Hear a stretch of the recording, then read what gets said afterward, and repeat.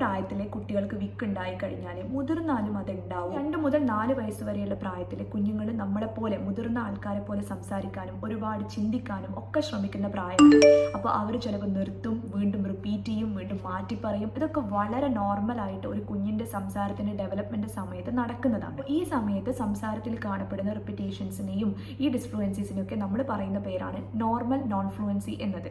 ഇനി ഇതും വിക്കും തമ്മിലുള്ള വ്യത്യാസം എന്താണെന്ന് നോക്കാം. 4 വയസ്സിന് ശേഷം കുഞ്ഞുങ്ങളിൽ കണ്ടുവരുന്ന ഇത്തരം ഡിസ്ഫ്ലുവൻസീസിനെയാണ് നമ്മൾ വിക്കിന്റെ ഗണത്തിലേക്ക് പെടുത്തുന്നത്. അതേപോലെ തന്നെ മുതിർന്ന ആൾക്കാരിലും വിക്ക് കാണുന്നുണ്ട്.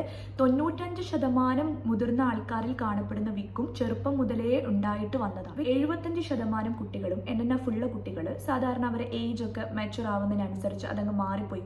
25% കുട്ടികളിൽ അത് പിന്നീട് വിക്കായി മാറാനുള്ള ചാൻസ്. 5 വയസ്സിന് ശേഷവും കുഞ്ഞിന് വിക്ക് തുടർന്ന് നിൽക്കുകയാണെങ്കിൽ നിർബന്ധമായിട്ടും സ്പീച്ച് തെറാപ്പി സ്റ്റാർട്ട് ചെയ്യണം.